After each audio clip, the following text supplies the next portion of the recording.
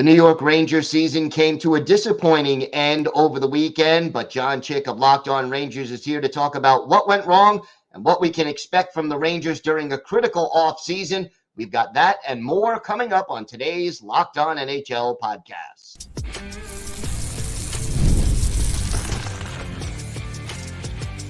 You're Locked On NHL, your daily podcast on the National Hockey League.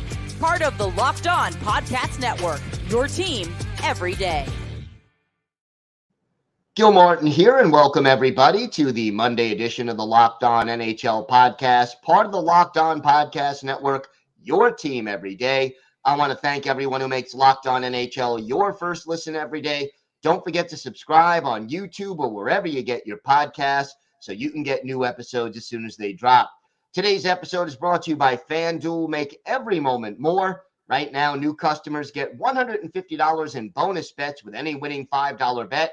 That's $150 with any winning $5 bet. Visit FanDuel.com/LockedOn to get started. It is my pleasure to welcome back to the show the host of Locked On New York Rangers, John Chik. And John, I know a disappointing end to a great playoff run for the New York Rangers. I want to start with this. You have to be impressed with the job that the Panthers did defensively in this series. Yeah, they were amazing. I said, the last time we talked, Gil, I think that's when the Rangers were up 2-1. And I mentioned at the time, this series is not over by a long shot. There's going to be some twists and turns and some ups and downs. And unfortunately, more downs than up for the Rangers because they lost 3 in a row after that. But I think you got to give all the credit in the world to the Florida Panthers. That's an unbelievable hockey team, top to bottom. That just so much depth, such a strong team. A team with very few, if any, glaring weaknesses. And on top of that, look, they took the Rangers' best shot. The Rangers got them 2 games in a row in overtime. That can really mess with a team and knock you down a little bit. And obviously they got back up. And all these last 3 games here, they were all close and they were battles. And in some cases, maybe Igor was keeping the Rangers in the games. That's fair to say. But bottom line, they were all close games.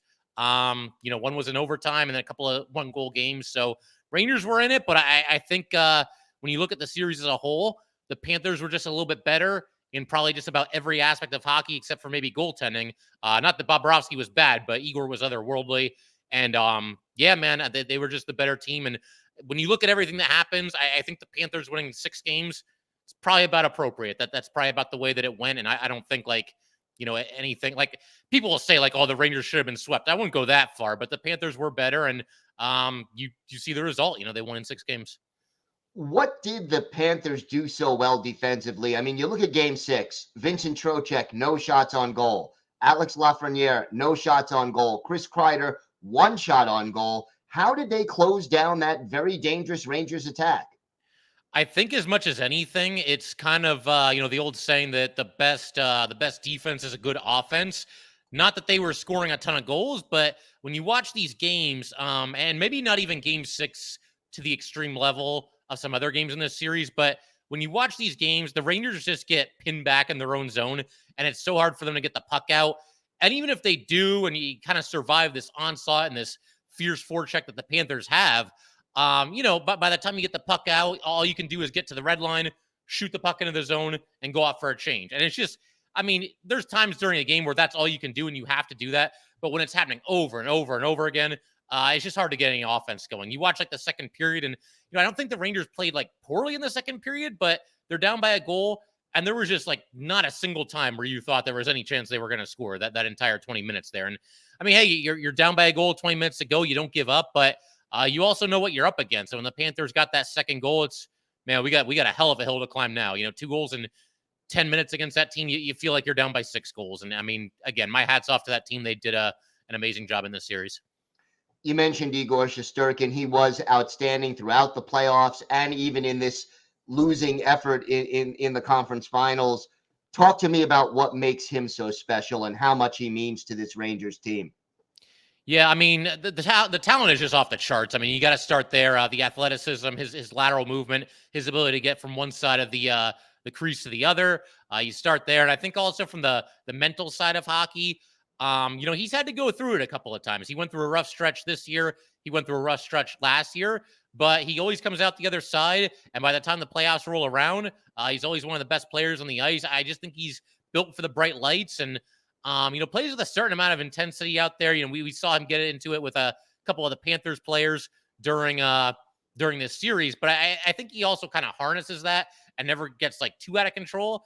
And I should probably also give some credit to Jonathan Quick because by all accounts, that guy is just an amazing teammate. Obviously did a heck of a job as the Ranger backup this year. And I just get the feeling, obviously I'm not there. I don't watch them talk to each other and everything, but it feels to me like maybe Quick has helped Igor with the mental side of the game a little bit and not beating himself up so bad when things go poorly.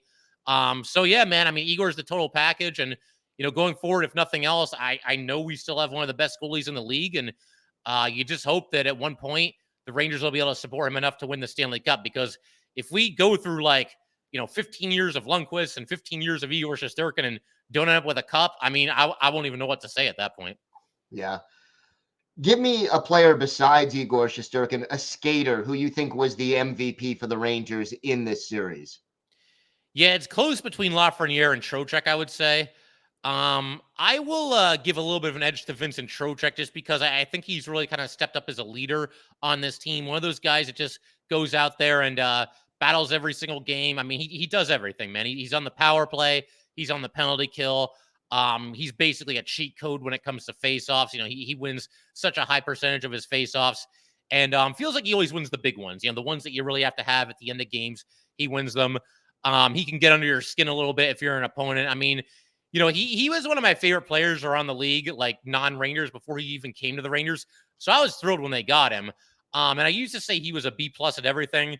Man, I was selling him short. I mean, the guy's an unbelievable all-around hockey player. He's just a do-it-all guy. And, I don't know if you saw, but at the end of that game, he's one of the first players going over to Igor Shesterkin and hugging him. And, I mean, probably apologizing to him because, I mean, Igor was just out of this world. And, I'm sure Igor took the loss hard. But, Vincent Trocheck, man, like I said, he does it all. He's the man. We have an off season now getting underway for the Rangers. Obviously, there's going to be some changes coming. What is the biggest challenge facing the Rangers as we head into the off season? Yeah, I mean, I think just in general, knowing, they've got a handful of UFAs and RFAs and, okay, who do we really commit to here? And who can we move on from? I think all the guys that they got at the trade deadline will most likely be on their way. That's usually par for the course for the Rangers. They bring in guys as rentals, and they turn out to be rentals. So I think, guys like Rosovic, Wenberg, Ruedel, who didn't even play in the playoffs. I think those guys will all be on their way. Eric Gustafsson probably walks as well. Blake Wheeler, it's cool that he got back for that one game and gave it everything that he had, but he's older. I think he walks as well. And then with the RFAs, that's where things get a little bit tricky because you've got Schneider, Lindgren, and Kakko. To me, the one guy you cannot lose there is Schneider. I feel like he's really, ever since he debuted, he's been a solid player for the Rangers, but he continues to get better and better every season. Lindgren, he's the heart and soul of the team, but there's this concern that, with the style that he plays and just how physical he is and the beating that he takes out there, his game may not age that well. And Kakko, I mean, he has a role on this team and he is a good defensive forward, but this is not what we signed up for. He's hasn't become the offensive player that we all thought he would be. And, there's flashes every now and then, but at what point do you say that, like, okay, flashes just aren't going to cut it anymore? Are we there? We could be. And I'm going to be very curious to see what happens there. But to me, of all the players that I just mentioned, the guy that you got to lock up, for me at least, is Braden Schneider.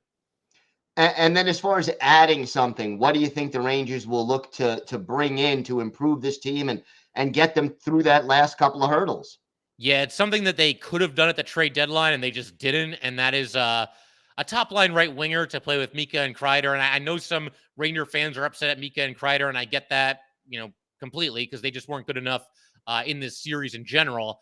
But yeah, man, I mean, they had a revolving door on that line when it came to right wing. I mean, from Kakko to Wheeler to Brodzinski to Vesey to Rosovic and then Wenberg in the last game. They tried everybody. The bottom line, the Rangers don't have like a top line right winger unless you count Lafreniere. That technically the Panarin, Trocheck, and Lafreniere line is considered the second line, even though it's really the top line. But yeah, I mean, they got to find somebody there. Hopefully it's somebody that brings a nice mix of grit and skill. And I don't know if they'll be able to afford such a player. We got to look at the free agents and everything. But and the cap situation, but we'll see how it goes. I think that probably is their biggest need going forward. And Wouldn't be surprised if we see a new defenseman or two in the lineup next season as well, because a lot of the Ranger defensemen really struggled in the playoffs. And specifically, I would say Jacob Trouba. He was absolutely abysmal. And Keandre Miller, up and down and kind of shaky at times too. All right, John, why don't you tell our viewers and our listeners where they could find the podcast and where they could find you on social media? Yeah, so anywhere you're listening to this or watching this, you can find Locked On New York Rangers 2. We're on every, audio streaming platform that you can think of, and also on YouTube. And you can find me on Twitter at jchik17, and give me a follow. We'll talk some Ranger hockey, and you can vent if you have to vent, and we'll try to figure out what the Rangers do next. All right, John, thanks so much. Always a pleasure. You got it, man. Thanks for having me. Today's episode is brought to you by your friends at FanDuel. It's winner take all time in the NBA and the NHL, and FanDuel is giving you a shot to bring home a big win of your own. Right now, new customers get $150 in bonus bets with any winning $5 bet. That's $150 to bet on spreads, money lines, player props, and more. Hockey fans, you can use your knowledge of the NHL and the sport of hockey on FanDuel. Just head over to FanDuel and check out the odds. You may want to bet on who's going to win the Stanley Cup, who's going to be the Conn Smythe Trophy winner. Maybe you want to bet on each individual game of the Cup final. You can check out the odds for that and much, much more on FanDuel. All you have to do is visit FanDuel.com/lockedon and make every playoff shot count. That's FanDuel.com/lockedon, FanDuel.com/lockedon. FanDuel, America's #1 sportsbook.